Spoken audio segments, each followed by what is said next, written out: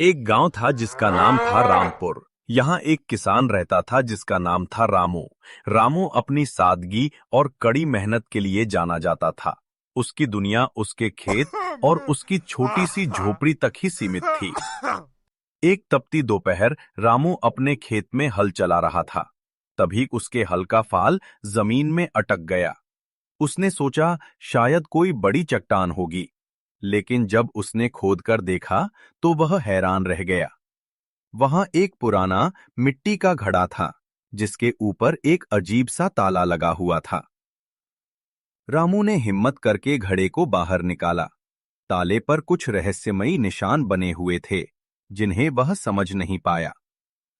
घड़ा अंदर से भारी महसूस हो रहा था और उसके भीतर से कुछ खनकने की आवाज आ रही थी। रामू के मन में कई विचार कौंधे। क्या ये कोई खजाना है या कोई प्राचीन कलाकृति या शायद कोई खतरनाक चीज? वो घड़े को लेकर सीधे गांव के मुखिया के पास गया। मुखिया ने भी घड़े को देखकर कहा, ये कोई साधारण घड़ा नहीं लगता। इस पर बने निशान तो बहुत पुराने हैं। इसे यहाँ क्यों और किसने छिपाया होगा? मुखिया ने गांव के सबसे बूढ़े व्यक्ति बाबा तुलसीदास को बुलाया। बाबा ने घड़े को ध्यान से देखा और कहा, इस घड़े में एक रहस्य छिपा है। इसे जिसने भी यहाँ रखा था वो इसे किसी ऐसे व्यक्ति के हाथों में देना चाहता था जो ईमानदारी के साथ साथ साहस भी रखता हो। गांव में ये खबर आग की तरह फैल गई। हर कोई उस रहस्यमयी घड़े के बारे में बात कर रहा था। कुछ लोग रामू से जलन भी करने लगे।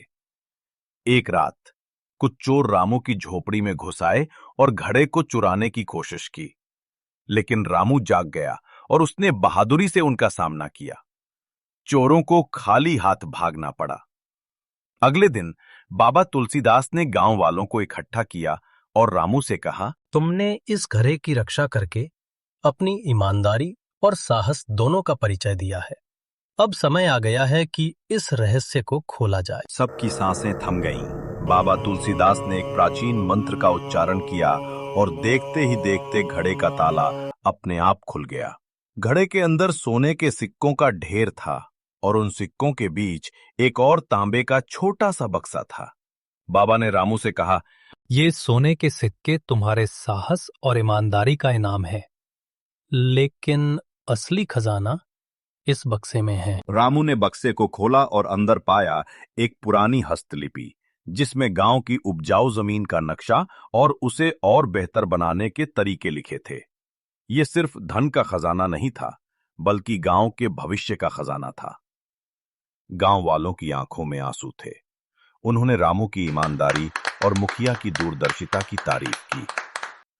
उस दिन के बाद रामू ने उन सिक्कों का उपयोग गांव में पानी की व्यवस्था ठीक करने और नई फसलें उगाने के लिए किया और उस हस्तलिपि के ज्ञान से गांव को और भी समृद्ध बना दिया।